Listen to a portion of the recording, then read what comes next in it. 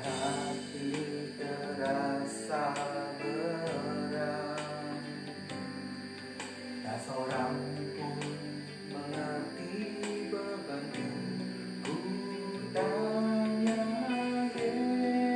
Yesus, apa yang harus ku buat? Dia berfirman, mari datanglah.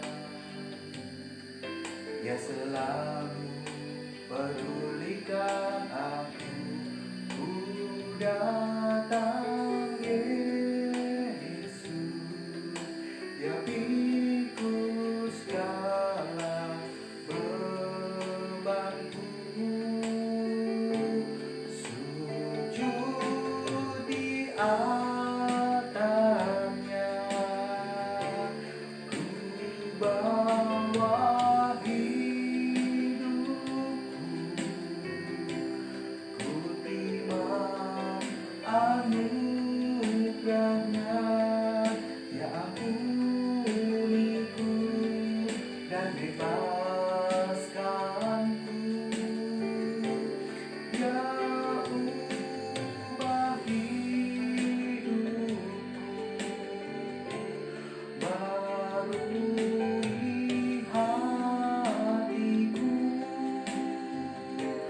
Sesuatu terjadi saat datang di altarnya.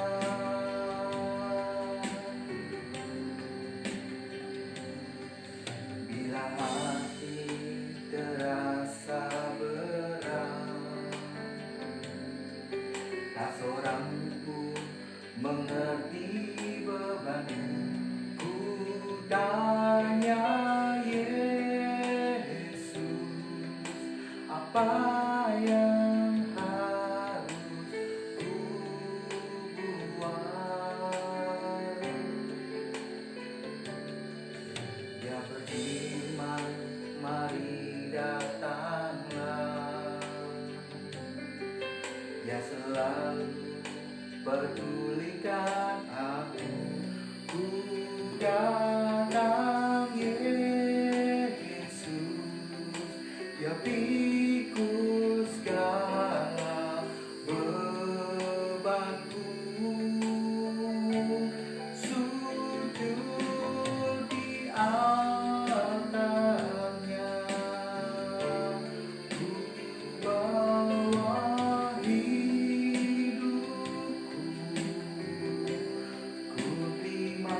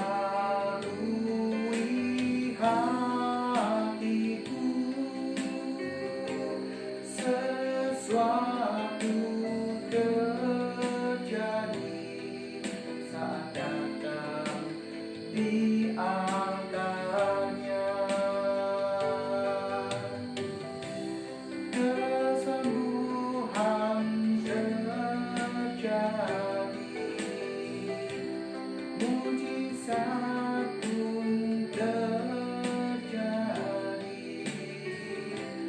pemulihan terjadi saat datang di altarnya. Oh, haleluya, kami mengucap syukur Tuhan buat kasih-Mu. Haleluya. Bapak, kami mengucap syukur dan terima kasih Tuhan pada kesempatan sore hari ini Tuhan. Kami boleh mencari wajah-Mu, kami boleh beribadah kembali Tuhan secara online Tuhan, live streaming di Facebook Tuhan.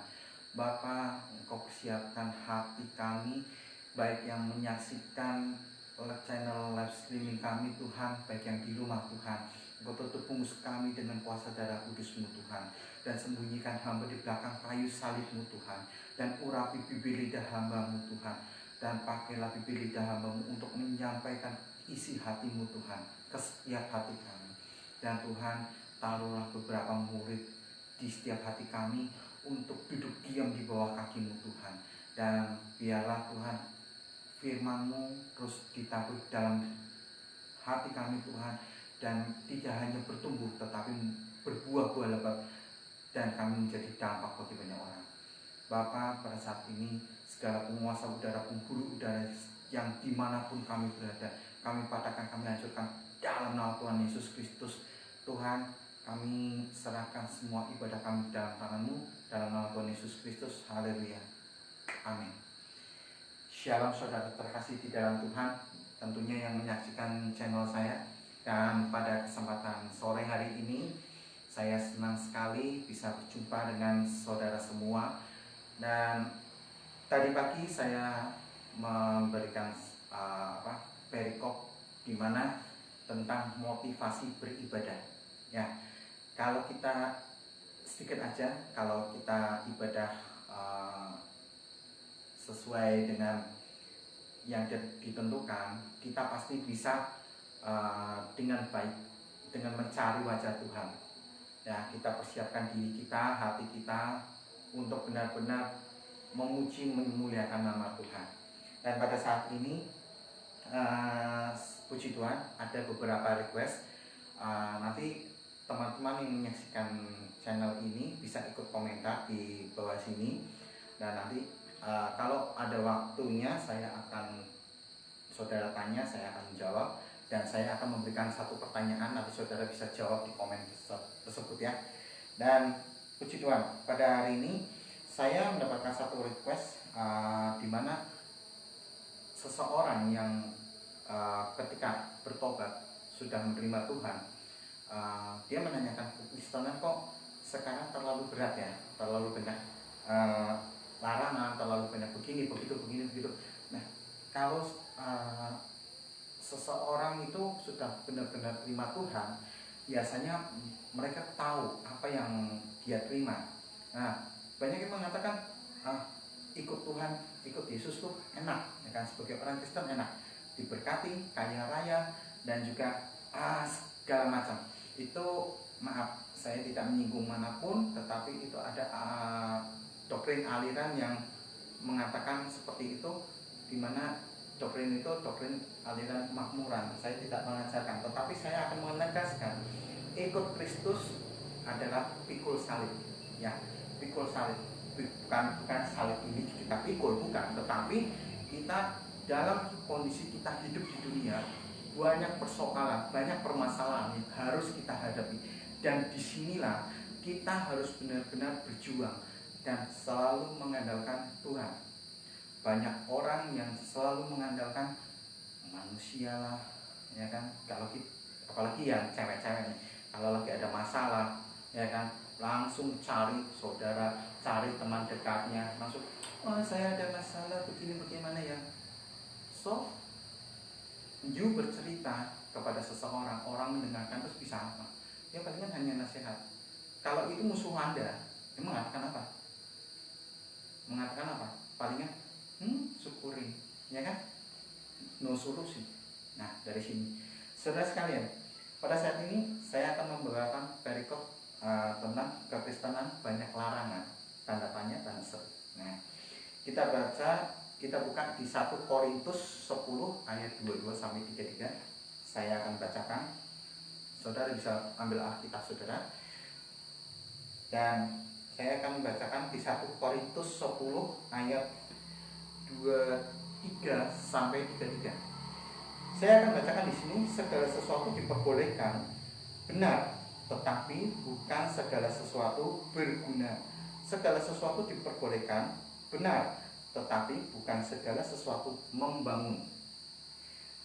Jangan seorang pun yang mencari keuntungannya sendiri, tetapi hendaklah tiap-tiap orang mencari keuntungan orang lain. Kamu boleh memakan segala sesuatu yang dijual di pasar daging tanpa mengadakan pemeriksaan karena keberatan hati nurani. Karena bumi serta segala isinya adalah milik Tuhan. Kalau kamu diundang makan oleh seseorang yang tidak percaya dan undangan itu kamu terima, makanlah apa saja yang dihidangkan padamu tanpa mengadakan pemeriksaan karena keberatan hati nurani. Tetapi kalau seorang berkata padamu, itu persembahan berhala, janganlah engkau memakannya, oleh karena dia yang mengatakan hal ini kepadamu dan karena keberatan hati nurani. Yang aku maksudkan dengan keberatan bukanlah keberatan hati nuranimu sendiri, tetapi keberatan hati nurani orang lain. Mungkin orang yang berkata, mengapa kebebasanku harus ditentukan oleh keberatan hati nurani orang lain? Kalau aku mengucap syukur atas apa yang aku turut memakannya, mengapa orang berkata jahat tentang aku karena makanan yang atasnya aku mengucap syukur? Aku jawab, jika engkau makan atau jika engkau minum atau jika engkau melakukan sesuatu yang lain, lakukanlah semuanya itu untuk kemuliaan Allah. Janganlah kamu menimbulkan syak dalam hati orang, baik orang Yahudi atau orang Yunani maupun jemaat Allah. Sama seperti aku juga berusaha menyenangkan hati semua orang dalam segala hal. Bukan untuk kepentingan diriku, tetapi untuk kepentingan orang banyak, supaya mereka beroleh selamat. Saudara sekalian, saya akan membacakan sekali lagi di 1 Korintus 10 ayat 23-nya aja. Segala sesuatu diperbolehkan, benar, tetapi tidak semua berguna. Segala sesuatu diperbolehkan, benar, tetapi tidak semua membangun. Nah, saya pernah mendengar keluhan dari beberapa pertobat baru. Ada banyak larangan dalam agama Kristen. Ini tidak boleh dan itu tidak boleh. Saya jadi tidak bebas menjalani hidup. Adapun pula orang yang berkata bahwa semenjak ia bersungguh-sungguh dalam imannya, hidupnya tidak lagi bebas dan repot. Berkata-kata kotor atau mengumpat pun tidak boleh, padahal semua orang melakukannya. Benarkah demikian? Ya. Kecuali untuk perbuatan dosa atau kejahatan, Alkitab memperbolehkan kita melakukan segala sesuatu. Ukurannya adalah kemampuan untuk menilai apakah yang kita lakukan berguna, membangun, atau sebaliknya tak berguna dan menghasilkan perilaku destruktif. Jika memang berguna dan membangun, artinya mendatangkan kebaikan bagi diri sendiri dan orang lain, maka orang percaya tidak dilarang apabila melakukannya. Lebih lanjut, Paulus menegaskan bahwa apapun yang kita lakukan hendaklah dipikirkan juga apakah memuliakan nama Tuhan atau justru memalukan namanya, di ayat 31. kita pun perlu menimbang apakah perbuatan kita dapat berdampak dan pada keselamatan mereka yang masih di luar Kristus, dan atau justru membuat mereka alergi dan menolak Kristus. Di ayat 33. Saudara sekalian, dari satu kesaksian yang saya peroleh, di sini seseorang yang baru bertobat dan mereka untuk benar-benar giat di dalam Kristus. Mereka mengatakan, kok aku jadi repot ya, kok aku nggak boleh begini, aku nggak boleh begitu ya. Karena mereka tidak tahu sebetulnya kekristenan mereka itu seperti apa, ya kan? Kita harus benar-benar menjadi dewasa rohani, bukan anak-anak rohani. Ya, mungkin petobat baru, mungkin kita masih ibarat kata masih kita suapin, masih bisa. Tetapi kalau kita yang sudah lama, sudah bertahun-tahun, sudah puluhan tahun ikut Kristus, sebagai pengikut Kristus, kita bukan saatnya lagi kita untuk menjadi anak-anak rohani yang mau minum susu, makanan yang tidak pas. Saatnya kita untuk menjadi apa? Pengajar dalam arti kata kita harus siap diterpa dalam segala masalah. Makan makanan yang keras, bukan makanan batu ya, dalam arti kata kita siap masalah, kita hadapi dengan apa? Dengan tersenyum, dengan libatkan Tuhan, dan dari situlah kita keluar menjadi seorang pemenang. Amin. Nah, saudaraku, kekristenan adalah perjalanan iman. Ingat, kekristenan adalah perjalanan iman. Pertumbuhan iman akan menentukan kepekaan kita dalam membedakan antara perbuatan yang berguna, membangun, atau merugikan diri sendiri maupun orang lain. Selain iman, pemahaman kita akan kebenaran iman pun perlu bertumbuh, sehingga kita dapat sedapat mungkin menjauhi perkara yang tak berguna dan tak membangun. Nah, saudara sekalian, saya sering melihat komentar-komentar di Facebook. Mereka mengatakan dengan mudah, Pak, cewek seperti ini harus menangkah begini-begini. Oke, kalian pernah sadar nggak sih? Ya, saya sudah berkali-kali banyak komentar-komentar seolah-olah mereka lebih hebat, lebih pintar dari seorang hamba Tuhan, bahkan seorang pendeta. Dia malah menggurui, mengkhotbah. Nah, saya jujur, saya paling nggak senang seperti itu. Bukan saya jadi gimana ya? Kita boleh mengingatkan, menasehati, nggak ada salah. Tetapi kalau sudah langsung, Pak harus begini, coba stop deh. Ya, saya mengatakan, coba jalani. You hanya apa? Only talk, no action. Saya percaya, karena saya berani memposting gara-gara seorang wanita itu yang saya sudah mengajak untuk dia bertobat. Baca postingan, baca messenger itu. Jadi segala sesuatu, yuk kita sekali lagi belajar berkomen itu berhikmat dulu. Ini merugikan gak ya? Ini membuat orang sakit nih ya? Ini memuliakan nama Tuhan gak ya? Kalau ini memuliakan nama Tuhan, aku membuat sakit atau berdampak yang negatif untuk orang, nggak usah komen deh, gitu loh. Jadi apa ya? Pertama juga lucu juga gitu, ya. Ada juga tadi salah seseorang di grup mengatakan percaya, yang dimaksud percaya itu apa sih? Kok dia padahal ya maaf, dia seorang aktivis di gereja, pemain drum, ya kan? Tetapi apa? Kok menanyakan seperti itu?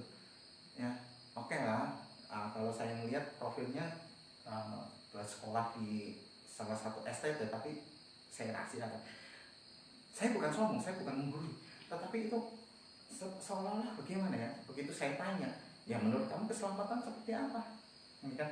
Nah, terus dia mengatakan segala macam. Dia ngomong dengan iman ini. Nah, saya ngomong imannya bagaimana? Ya kan? Ya, singkat cerita dia nggak bisa ngomong. Ya seperti bapak yang ulasan bapak tadi katakan. Ya, saya jadi kok seperti ini gitu loh. Dan seorang hamba Tuhan, kalau siap, kita benar siap, kita harus menyampaikan apa adanya. Suka nggak suka itulah, ya kan? Nah, seseorang masing-masing dari dari kita semua itu diberi beberapa talenta. Ada yang 5, ada yang 2, ada yang 3, ya kan? Dan puji Tuhan. Dan di sini saya juga ingin mengingatkan sesuatu ya di sini. Ukurannya adalah kemampuan untuk menilai apakah yang kita lakukan berguna, membangun, atau sebaliknya tak berguna dan menghasilkan perilaku destruktif.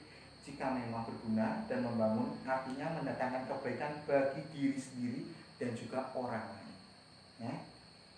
Maka orang percaya tidak dilarang apabila melakukannya. Ya. Ya. Jadi kita harus tahu kekristenan kita sebagai pengikut Kristus. Ya. Sebelumnya, awal kita disebut sebagai orang Kristen itu ada di mana? Ya.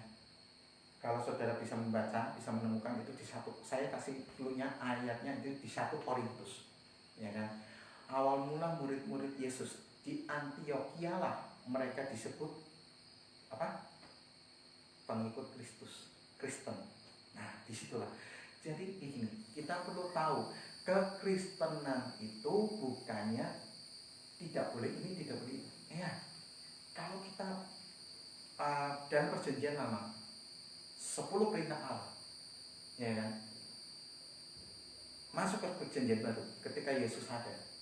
10 perintah Allah itu dihilangkan? Tidak. Tetapi Tuhan menggenapi semuanya, ya kan? Dan saya mengatakan sekali lagi, pertanyaan pertama saya, kejatuhan manusia, awal kejatuhan manusia sampai detik ini adalah apa? Saudara bisa komen di sini, ya. Awal kejatuhan manusia sampai detik ini adalah apa? Saudara saya harus selalu mengingatkan, karena Roh Kudus mengatakan kepada saya untuk selalu mengingatkan kepada saudara-saudara semua, supaya kita selalu diingatkan, ya. Nah, kedagingan itu kepahitan, agar kepahitan harus dipatahkan, harus dihancurkan. Banyak orang, ya, kalau ingin ikut Kristus, kita harus mematikan kedagingan kita. Dengan cara gimana? Ya, kita minta bimbingan dari Roh Kudus. Dan kita pun nggak bisa pakai kekuatan kita sendiri. Nah, saudara sekalian, kekristenan juga kita jangan selain kedagingan, kita memiliki hawa nafsu. Hawa nafsu itu dalam konteks arti luas, ya, bukan tanda kutip saja. Keserakahan, ya kan? Hawa nafsu ingin memiliki, ya, seks atau sebagainya, itu banyak. Kita harus mematikan. Dan juga yang terutama adalah kita harus berdamai dengan diri kita. Benar, kemarin Pak Jokowi mengatakan kita harus berdamai dengan corona. Maksudnya berdamai adalah apa? Kita tidak ada beban, itu kan? Jadi firman Tuhan mengatakan daging itu lemah, roh itu penurut. Saudara kalau pernah merasakan ketika saudara misalkan ada uang 100.000 bukan milik Anda, uang ambilnya. Dalam hati ini pasti ada kontroversi. Ambil nggak ya? Ambil. Salah satu, katakanlah yang kiri, yang iblis mengatakan ambil aja uang 100.000. Yang sebelah kanan ada Roh Kudus. Jangan, itu bukan hakmu. Pernah nggak saudara? Nah, dari situlah ada pertanyaan. Saudara harus benar-benar kuat di dalam Tuhan, ya, mematikan dan berdamai. Terutama saudara harus benar-benar bertobat dalam Tuhan. Nah, akhir kata saya sampaikan kesimpulan, bagi orang yang mengasihi Tuhan, larangan pun dapat dianggap sebagai tanda kasih dan kepedulian Allah. Nah, mungkin teman-teman saudara sekalian pernah, wah, Tuhan larang nih, jangan mencuri, jangan begini, jangan begini. Itu semua adalah kepedulian Allah terhadap saudara dan saya, dan cinta kasih Allah terhadap kita semua. Saudara sekalian, saya ingin mendoakan saudara bagi yang memiliki sakit penyakit atau yang punya akar kepahitan, ya, punya, aku kesel sama ini, aku udah diomong begini, aku pengen balas tapi aku dalam hatiku aku nggak bisa. Nah, saudara, yuk, bagaimana solusinya? Saya puji Tuhan Tuhan, Roh Kudus memberikan saya penglihatan tentang satu wanita yang tadi saya messenger, ya kan? Dia adalah seorang yang baru bertobat dan punya akar kepahitan yang belum dibereskan, dan harus ada bentuk pertobatan pribadi terhadap Tuhan. Dan saya ingin berdoa untuk saudara yang saya dapat lihat wanita itu penuh dengan kepahitan di masa lalu, sehingga masih ada bentuk perlawanan. Kalau saudara belum ada berdamai dengan diri sendiri, semua tidak. Mari arahkan tangan saudara ke depan layar HP Anda. Saya akan berdoa. Tuhan Yesus, pada saat ini Tuhan, Engkau melihat anak-Mu Tuhan yang memiliki kepahitan Tuhan. Bapa, aku meminta di dalam nama-Mu, dalam nama Tuhan Yesus Kristus, Kau cabut segala akar permasalahannya, akar kepahitannya, serta dosa kutuk nenek moyangnya dalam nama Tuhan Yesus Kristus. Dan juga untuk orang yang sakit, baik itu sakit kanker, sakit migrain, sakit mah, atau sakit apapun, di dalam nama Tuhan Yesus Kristus, kami percaya Engkau patahkan, Engkau sembuhkan segala sakit penyakitnya, Engkau angkat, Engkau cabut dalam nama Tuhan Yesus Kristus. Mujizat terjadi, kesembuhan ilahi terjadi, pemulihan terjadi dalam nama Tuhan Yesus Kristus. Pada saat ini tibalah untuk kita mengakhiri ibadah kita. Kita angkat kedua tangan kita.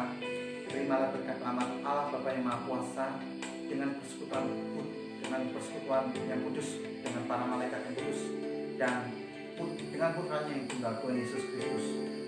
Dalam nama Tuhan Yesus Kristus, terimalah berkat dari Allah Bapa, dan diberkati segala usaha pekerjaan saudara sekalian, keluarga saudara sekalian, dan kami mendoakan bangsa Indonesia dipulihkan dari segala penyakit corona, dan Engkau lindungi dari presiden, staf para menteri, dari kota, kabupaten, kecamatan, provinsi, dalam nama Tuhan Yesus Kristus. Engkau berikan amanat yang agung, sehingga mereka takut akan Tuhan, baik ketua RT RW, kelurahan, kecamatan, sekalipun Tuhan. Mereka melakukan tugasnya dengan sempurna, dengan takut akan Tuhan. Dan untuk pembagian sembako harus merata, dan Tuhan biarlah Roh Kudus yang terus menjamah mereka. Kami serahkan semuanya dalam nama Tuhan.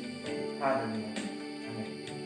Saudara sekalian, yang belum bisa menyaksikan live streaming saya, bisa menyaksikan di channel YouTube. Nah, nanti saya ada recordingnya.